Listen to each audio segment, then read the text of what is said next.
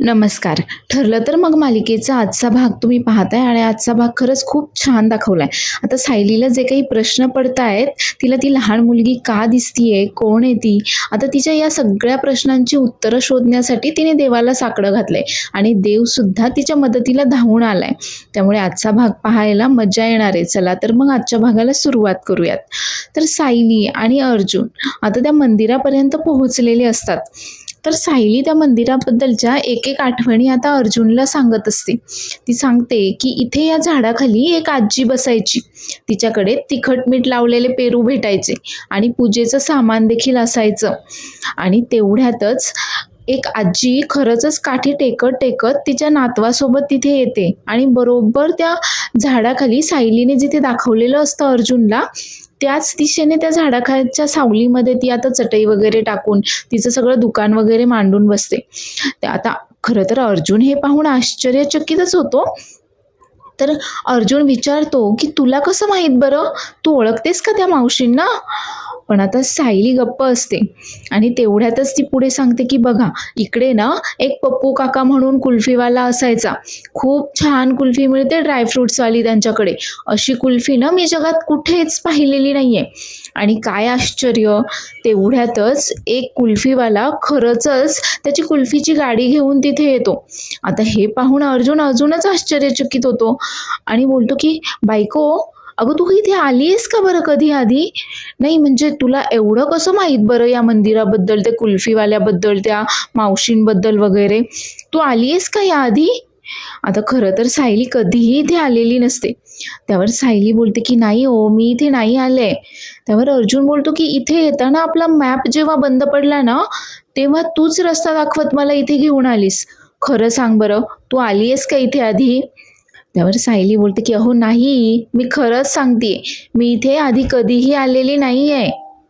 त्यावर सायली बोलते की नाही हो, मी आपल्या अंदाजानेच तुम्हाला रस्ता सांगत होते आणि आपण इथपर्यंत आलो. त्यावर अर्जुन बोलतो की हो राईट, अंदाजच असेल. नाही, तसं कुठल्याही मंदिराच्या बाहेर हे असे कुल्फीवाले, हे असे फळांवाले वगैरे असतातच. पूजेचं सामान वगैरे अशी दुकानं असतातच मंदिराच्या बाहेर कुठल्याही. त्यामुळे तू अंदाजानेच सांगितलं असशील हे सगळं काही. तर आता दोघेही त्या मावशींकडे जातात पूजेचं सामान घेण्यासाठी. तर आता सायली त्या मावशींना बोलते की मावशी, 2 तिखट मीठ लावलेले पेरू देखील द्या हं. त्यावर आता ती मावशी बोलते की अगं पेरू तर नाही आहेत आता माझ्याकडे. त्यावर अर्जुन देखील बोलतो की बायको, अगं पेरू कसे भेटतील त्यांच्याकडे, नाही आहेत बघ ना. त्यावर सायली बोलते की अहो मिळतील हो. पण ती मावशी सांगते की नाही, अगं पण तुला कसं माहीत बरं की मी पेरू विकते म्हणून? अगं खूप वर्षांपूर्वी मी पेरू विकायचे, पण काय झालं की आमचं ते पेरूचं झाड वठलं. त्यानंतर मात्र मी पेरूची टोपली ठेवणं बंद केलं. आता मी फक्त पूजेचं सामान विकते बघ. आणि आता सायली त्या मावशींकडनं पूजेचं एक ताट घेते आणि खाली बसते आणि त्यांना विचारते की मला एक्स्ट्राचा भंडारा द्या म्हणून. आता खरं तर ते ताट घेतल्यानंतर अर्जुन तिला बोलतो की तुला जड वस्तू अजिबातही उचलायची नाहीये, माझ्याकडे दे बरं ते ताट. त्यावर सायली बोलते की अहो ते पूजेचं ताट काय एवढं जड आहे का तेव्हा? असू देत, मलाच घ्यायचंय ते ताट. आणि ती मावशी मात्र आता सायलीकडे अगदी कौतुकाने पाहत असते, जसं काही ती मावशी देखील सायलीला आधीपासूनच ओळखतीये म्हणून. आणि आता सायली खाली बसते आणि मावशीला एक्स्ट्राचा भंडारा द्या म्हणून विचारते आणि बोलते की मला ना भंडारा उधळायला खूप आवडतं. त्यावर ती मावशी तिला विचारते की तू याआधी कधी आली आहेस का गं? लहानपणी यायचीस का तू तुझ्या आईबाबांबरोबर? लहानपणी ना एक मुलगी यायची तिच्या आईबाबांबरोबर आणि ती देखील असाच हट्ट करायची. तर पुढचा सीन दाखवलाय प्रियाचा. आता प्रिया प्रेग्नंट असल्यामुळे जेलमध्ये देखील तिचं अगदी रेग्युलर चेकअप वगैरे सुरू असतं. आता डॉक्टर तिचं BP वगैरे चेक करतात आणि तिला विचारतात की तुला काही त्रास होतोय का? त्यावर प्रिया सांगते की थोडं मळमळतं सकाळी. आणि त्यानंतर डॉक्टर आता त्या कॉन्स्टेबलला आणि जेलरला सांगतात की हिच्यासाठी मी वेगळा डाएट लिहून देते, हिला तोच पोषक आहार दिला गेला पाहिजे. आणि जेलर तिथनं जाताना प्रिया त्यांना विचारते की तुमच्या परवानगीने मी घरी पत्र पाठवलं होतं, पण अजून तरी कोणी घरून आलं नाहीये. मला एकदा माझ्या घरी फोन करून मी गरोदर असल्याचं सांगायचंय. त्यावर ती जेलर बोलते की असं लगेच कैद्यांना घरी फोन करायची परवानगी नाही आहे, त्यासाठी प्रोसिजर असते. त्यावर प्रिया बोलते की मी करेल सगळी काही प्रोसिजर, पण मला माझ्या घरी फोन करू द्यात. आता ते जेलर देखील हिला फोनसाठी परवानगी देतात. तर प्रिया मात्र विचार करत असते की ते पत्र तर कल्पीला मिळालं असेल, मग अजून विरघळून ती इथे पळत कशी आली नाहीये बरं. असो, आता फोन तर करायलाच हवाय. नाही, पत्र पाहून नाही, पण आता फोनवर तिच्या नातवाची गुड न्यूज ऐकल्यानंतर मात्र ती नक्कीच विरघळेल आणि इथे पळत येईल. तर इकडे सायली आणि अर्जुन त्या मावशीकडनं आता पूजेचं ताट घेऊन निघतात मंदिराकडे जायला. तर खरं तर अर्जुन पहिल्यांदाच येत असतो आणि त्याला काही इथला रस्ता वगैरे माहीत नसतो. त्यामुळे तो मावशींना विचारतो की मंदिरात जाण्याचा रस्ता कुठून आहे बरं. त्यावर आता त्या मावशी काही सांगणार त्याआधीच सायली बोलते की मला माहिती आहे ना, मी सांगते. अहो, इथूनच कुठून पायऱ्या आहेत मंदिराकडे जाण्यासाठी. आणि अर्जुन सायली आता पायऱ्यांच्या दिशेने येतात आणि अर्जुन पाहतो तर खूप मोठ्या पायऱ्या असतात तिकडे, खूप जास्त. आता अर्जुन लगेच आश्चर्याने बोलतो, हे काय, एवढ्या मोठ्या पायऱ्या, एवढ्या मोठ्या पायऱ्या चढून जायच्या आहेत का आपण बायको. नाही नाही, एवढ्या मोठ्या पायऱ्या चढून जायला काही जमणार नाही आपल्याला. अगं, तुला ऊन लागेल ना, ऊन होईल तोपर्यंत. आता सायली त्याला बोलते की अहो, इथूनच बाजूने ना पाऊल वाट आहे, आपण त्या पाऊल वाटेने ना सहज जाऊ शकतो. अगदी दाट झाडी आहे बघा तिथे, अगदी उन्हाचा किरण देखील तिथपर्यंत पोहोचत नाही. कसं शांत वाटतं बरं त्या सावलीतून जाताना. त्यावर अर्जुन तिला आश्चर्याने विचारतो, खरं सांग, तू हे सगळं काही इंटरनेटवर पाहिलंयस ना मंदिराची माहिती? तुला कसं माहित बरं की इकडनं दुसरी पाऊल वाट आहे वरती जायला. त्यावर सायली बोलते की नाही हो, अहो मी खरंच कुठे इंटरनेटवर वगैरे काहीही पाहिलेलं नाही आहे. त्यावर अर्जुन बोलतो की हो, मला माहीत आहे तू मला इम्प्रेस करायचा प्रयत्न करतीये, पण मी तर तुझ्यावर आधीच इम्प्रेस आहे. पण चल आता, पटापट चल आणि सावकाश चल. त्यावर सायली बोलते पटापट आणि सावकाश दोन्ही सोबत कसं चालता येईन बरं. त्यावर अर्जुन बोलतो की पटापट यासाठी की ऊन व्हायच्या आधी आपण मंदिरात पोहोचायला हवंय, आणि सावकाश यासाठी की तुला काही त्रास व्हायला नकोय चालताना म्हणून. आता खरं तर सायली देखील विचार करत असते की मी इथे आधी कधी चालले नाहीये, मग मला इतकं कसं माहीत बरं. तर इकडे महिपतने आता त्याच्या घरी पोलिसांना बोलावलेलं असतं आणि त्याच्याकडे जे काही हत्यारं वगैरे असतात ते सगळे हत्यारं तो आता सरेंडर करत असतो. आता त्यावेळेस सचिन आणि या महिपतचे अजून 2 गुंड देखील तेव्हा तिथेच उपस्थित असतात. आता महिपत त्या पोलिसांना बोलतो की इन्स्पेक्टर साहेब, बघा, माझ्याकडे हे सगळे हत्यारं आहेत, ते तुम्ही तुमच्या ताब्यामध्ये घ्या. कोणाचा जीव जाईल हे असे हत्यारं वगैरे मला आता माझ्या घरामध्ये ठेवायचे देखील नाही आहेत. त्यावर सचिन विचारतो की अण्णा हो, तुम्ही पोलिसांना कधी बोलावलं? मी तर इथेच होतो, मला कळालं देखील नाही. त्यावर आता महिपत बोलतो की मीच बोलावलंय त्यांना थोड्या वेळापूर्वी. आता ते पोलीस देखील आता त्यांच्या हवालदारला सांगतात की आता हे सगळे काही हत्यारं वगैरे ताब्यात घ्या म्हणून. आता ते 2 गुंड जे असतात महिपतचे ते देखील ते आश्चर्यानेच महिपतकडे पाहत असतात की याला अचानक काय झालं असं. आता महिपत त्या इन्स्पेक्टर साहेबांना सांगतो की हे 2 जण जे आहेत ना ते माझीच माणसं आहेत आणि त्यांनी देखील खूप चुकीची कामं केली आहेत. कोणाला किडनॅप कर, कोणाला धमकी दे, वसुली कर वगैरे. तुम्ही काय करा, या दोघांना देखील आता जेलमध्ये टाका. आता या दोघांना देखील त्यांच्या कामाची शिक्षा मिळायला हवी आहे. आता ते दोघे लगेच हात जोडून बोलतात की साहेब, अहो तुम्ही असं काय करताय, तुम्ही आम्हाला कशाला बरं जेलमध्ये पाठवताय. त्यावर इन्स्पेक्टर साहेब बोलतात की असं नाही करतायत, त्यांच्या विरोधामध्ये जर कोणी तक्रार केली ना तरच मी त्यांना अटक करू शकतो. त्यावर महिपत लगेच बोलतो की मी करतो ना, मी तक्रार करतो त्यांच्या विरोधामध्ये, मग तर तुम्ही त्यांना जेलामध्ये टाकाल ना नक्की. आता ते दोघेही खरं तर महिपतला विनवणी करत असतात की आम्हाला जेलमध्ये नका टाकू. तर महिपत त्यांना बोलतो की हे बघा पोरांनो, मी तुम्हाला जे काही सांगतोय ना ते सगळं काही तुमच्या भल्यासाठी सांगतोय बघा. हे बघा, जेलामध्ये जाऊन ना सुधराल तुम्ही आणि तिथे जितके दिवस आहात ना तुमची खायची प्यायची पण सोय होईल, आणि तिथून बाहेर आल्यावर ही सगळी कामं सोडून द्या आणि काहीतरी चांगला नोकरी धंदा वगैरे करायला घ्या तुम्ही. त्यावर आता ते इन्स्पेक्टर विचारतात महिपतला की तुमच्यामध्ये एवढा बदल कसा झाला. त्यावर महिपत अगदी हात जोडून सांगतो काय आहे ना, जेलामध्ये जाऊन माझं सगळं आयुष्य बदलून गेलं. तिथं खूप काही शिकलो मी. नाही, त्या जेलाच्या काळकोठरीमध्ये सुद्धा ना मला प्रकाश दिसला बघा. आता हा खरं तर सचिन मात्र विचार करतो, की जेलमधून बाहेर येण्यापुरतं चांगलं वागायचं नाटक करत होता हा महिपत. ते सगळं ठीक होतं. पण याचं काही डोकं-बिकं फिरलंय की काय? हा अजूनही आता चांगलंच वागायचं म्हणतोय. तर महिपतने अगदी मात्र ठरवलेलं असतं. तो पुढे इन्स्पेक्टर्सला सांगतो, की "मी आता ना फक्त चांगल्या मार्गाने चालणार आहे बघा. मला हे घोड्याचे, तलवारीचे आवाज नको आहेत माझ्या अवतीभोवती. मला आता फक्त भजन कीर्तनाचे आवाज यायला हवेत माझ्या अवतीभोवती."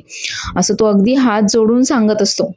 तर सायली आणि अर्जुन आता सायलीने जे काही पाऊलवाट सांगितलेली असते मंदिराकडे जाण्यासाठी, त्या पाऊलवाटेने ते दोघेही आता पुढे जात असतात.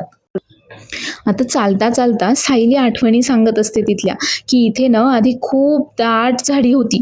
अगदी उन्हाचा किरण देखील इथपर्यंत येत नव्हता आणि तिकडे नारळाचे, आंब्याचे, जांभळीचे खूप झाडं असायचे. आता त्यावर अर्जुनला परत प्रश्न पडतो, की हिला इतकं कसं माहीत बरं? एवढं तर इंटरनेटवरही माहिती नसते. आता एका झाडाजवळ आल्यानंतर सायलीला परत एकदा आता ती लहान मुलगी आणि तिचे आई-बाबा दिसतात. त्या झाडाच्या पायथ्याशी इच्छापूर्ती गणेशाचं मंदिर असतं. सायलीला ते तिच्या डोळ्यांसमोर अगदी लख्ख दिसत असतं. त्यावर सायली बोलते, की "अहो, या झाडाजवळ ना एक मंदिर होतं, गणेशाचं मंदिर होतं." त्यावर आता अर्जुन बोलतो, की "अगं, तिथे बघ ना, सगळा पालापाचोळाच दिसतोय. तिथे कुठे मंदिर दिसतंय बरं तुला?" त्यावर सायली बोलते, की "अहो आहे, इथे ना खूप जागृत देवस्थान आहे गणेशाचं बघा. थांबा, इथेच आहे. मी तो पालापाचोळा बाजूला करते म्हणजे दिसेल." त्यावर आता अर्जुन एकदम केअरिंग हजबंडसारखा तिला बोलतो, की "नाही, नाही, तुला ऊन लागेल." आणि तिला स्कार्फ काढून देतो आता ऊन लागू नये म्हणून. आता तेवढ्यातच तिकडे आजूबाजूला ज्या बायका असतात, त्या आता सायलीला बोलतात, की "किती चांगला काळजी करणारा नवरा भेटलाय गं तुला." तर त्यातील एक बाई तिच्या नवऱ्याला बोलत असते, "बघा तिचा नवरा किती चांगला आहे, किती काळजी घेतोय बरं तिची." त्यावर अर्जुन आता स्वतःची तारीफ ऐकून चांगलाच खुश झालेला असतो. तर आता ती हाताने तो पालापाचोळा साफ करायला जाते, तर अर्जुन लगेच तिला बोलतो, की "थांब, थांब, तुला इन्फेक्शन होईल." आणि तिला हँड ग्लोव्ज वगैरे घालायला देतो. तर आता अर्जुन मात्र त्याची स्तुती ऐकून जाम खुश आहे. त्यावर आता सायली त्याला बोलते, की "तुम्ही ऐका हं तुमचं कौतुक. मला इथे सगळं साफ करू द्या." आणि अर्जुन देखील तिला मदत करतो आता तिथे सगळं साफ करायला. तर खरंचच तो पालापाचोळा बाजूला केल्यानंतर तिथे एक गणेशाची मूर्ती असते. आता अर्जुन आणि सायली दोघेही त्याची पूजा वगैरे करतात. तर खरंच कोणालाही तिथे माहीत नसतं, की इथे एक मंदिर देखील आहे गणपतीचं. तर एक माणूस बोलतो, की "ताई, बरं झालं, मी खूप दिवसांपासून या मंदिरात येतोय. पण इथे गणेशाचं मंदिर आहे हे मात्र मला माहीत नव्हतं. आज तुमच्यामुळे मला माहीत झालं." तर इकडे सुभेदारांच्या घरी आता कल्पना आणि विमल मिळून जेवणाची तयारी करत असतात आणि पूर्णा आजीची वाट पाहत असतात. त्यावर आता प्रताप तिथे येतो आणि कल्पनाला सांगतो, की सायली अर्जुन ना अगदी सुखरूपपणे पोहोचलेत. त्यावर कल्पना देखील बोलते, की "बरं झालं, म्हणजे आता सायलीला ऊन लागणार नाहीये." त्यावर विमल बोलते, की "सायली ताई घरामध्ये नसल्यावर आपल्याला करमतच नाही हो ना. घर कसं खाली खाली वाटतं बरं. नाहीतर अर्जुन दादा सारखे आपले बायको बायको असा आवाज देत असतात." आणि तेवढ्यातच अस्मिता आता कल्पना आणि विमल दोघींनाही आवाज देते. आता दोघीही घाबरूनच आता अस्मिताच्या खोलीकडे जातात. आता एकटा प्रताप तिथे असतो आणि त्यालाही तेवढ्यातच त्याच्या कंपनीतनं कसलासा फोन येतो कामानिमित्त. तो काही फाईलचं वगैरे त्याच्यावर बोलत असतो फोनवर. तर इकडे सायली आणि अर्जुन आता त्या मंदिरामध्ये पूजा करून पुढे जायला निघालेलेच असतात. त्यावर अर्जुन बोलतो, की "बायको, तुला आता एवढं सगळं माहीत आहे ना, मग आता मला हे पण सांग, की इथे कुठे बसायला जागा वगैरे आहे की नाही?" "नाही, आता खरंच आपण खूप वेळ झाला चालतोय. तुला आता थोडी विश्रांतीची गरज आहे." त्यावर सायली बोलते, की "आहे ना, इथे पुढे ना एक गोळ्यावाले काका असतात आणि तिथेच झाडाचा पार पण आहे बसायला. तिथे बसूयात आपण." तर इकडे पूर्ण आजी आता जेवण करायला आलेली असते. पण पाहते तर काय, जेवणाची सगळी तयारी आता डायनिंग टेबलवर झालेली आहे, पण इथे तर कोणीच नाहीये. त्यावर ती विचार करते, की इथे हे काय? बाकी सगळे कुठे गेले बरं? इथे तर कोणीच नाहीयेत. आणि सायली अर्जुन आता इकडे खरंच पुढे येतात आणि अर्जुन पाहतो तर काय, खरंच तिथे सायलीने सांगितल्याप्रमाणे एक गोळेवाला असतो आणि बाकीचे दुकानं देखील असतात, झाडाचा पार देखील असतो बसायला. त्यावर अर्जुन बोलतो की बायको, तू इथे कधी आली आहेस का आधी? तुला एवढं कसं माहीत बरं? अगं एवढं तर इंटरनेटवर सुद्धा नसतं. हां, मला आत्ता कळतंय. तू ना लहान असताना मधुभाऊंसोबत इथे आलेली असणार आहेस आणि म्हणूनच तर मग तुला एवढं सगळं काही माहीत आहे या मंदिराबद्दल वगैरे. त्यावर सायली बोलते की अहो मी तुम्हाला सांगितलं ना, मी खरंच याआधी कधी या मंदिरामध्ये आलेली नाहीये. त्यावर सायली बोलते की चला, मला ना आता गोळा खायचा आहे बघा. त्यावर अर्जुन आता बोलतो की गोळा? नाही नाही, अगं ते पाणी कुठलं वापरतात काय काही माहीत नाही आणि गोळा खाऊन माझ्या बाळाला सर्दी झाली तर? त्यावर सायली हसतच बोलते की अहो बाळाला काय अशी पोटामध्ये सर्दी होते का? त्यावर अर्जुन बोलतो की ते काय मला माहित नाही, पण गोळा वगैरे तू खाणार नाहीयेस, हवं तर आपण लिंबू पाणी पिऊयात. आणि आता ते सरबतावाल्याकडे येतात आणि अर्जुन त्याला सांगतो की आम्हाला 2 लिंबू सरबत दे. आणि त्याला सांगतो की हे घे, तुझ्याकडचं पाणी नको वापरू, माझ्याकडचं पाणी वापर. आणि त्याला पाण्याची बॉटल देतो. आता सायली मात्र असं चिडूनच अर्जुनकडे पाहते. तर अर्जुन बोलतो की अगं हायजीन नको का मेंटेन करायला?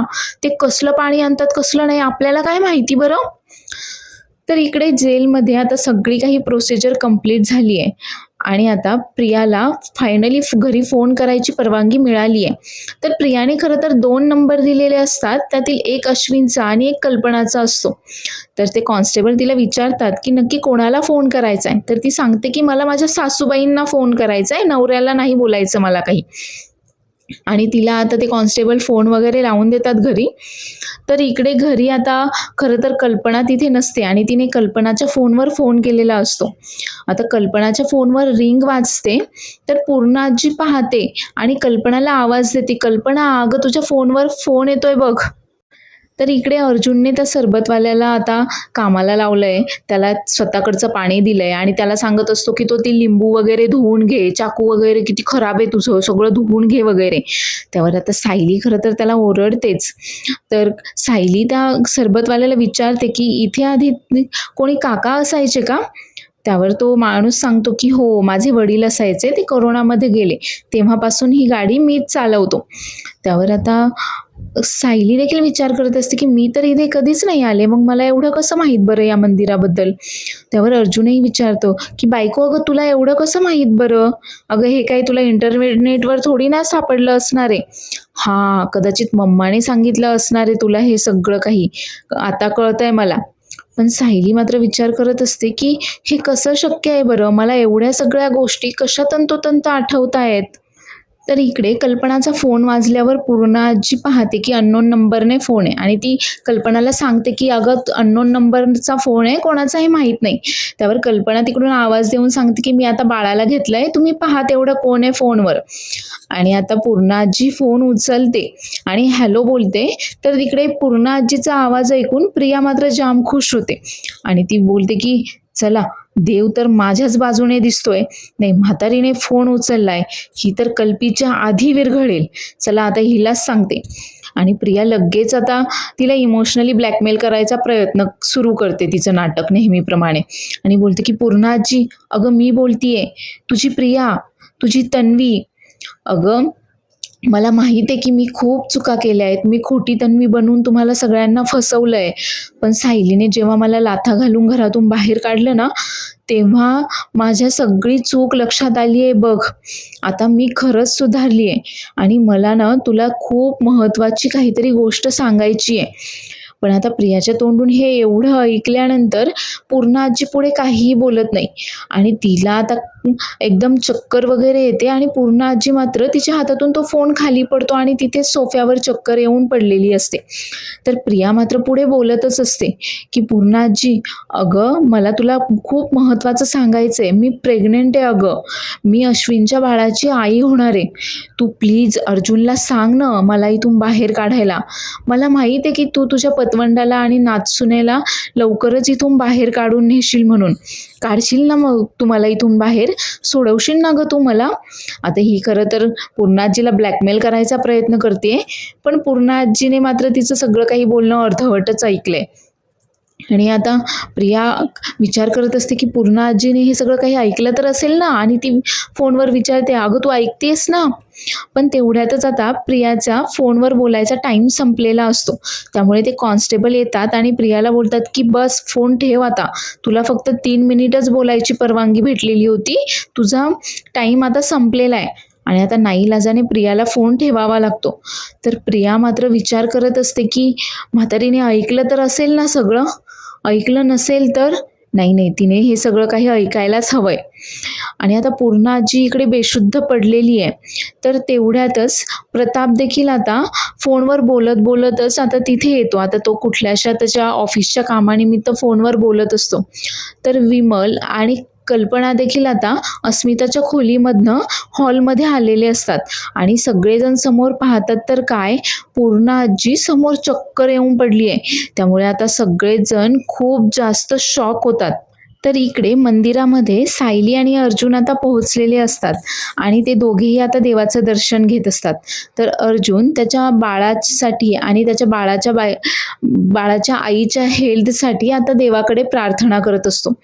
तर सायली मात्र अश्विन आणि अस्मिता या दोघांचंही आयुष्य मार्गी लागो, त्यांच्या आयुष्यातील दुःख लवकर निघून जावो म्हणून आणि सगळ्या घराच्या सुखासाठी देवाकडे प्रार्थना करत असते.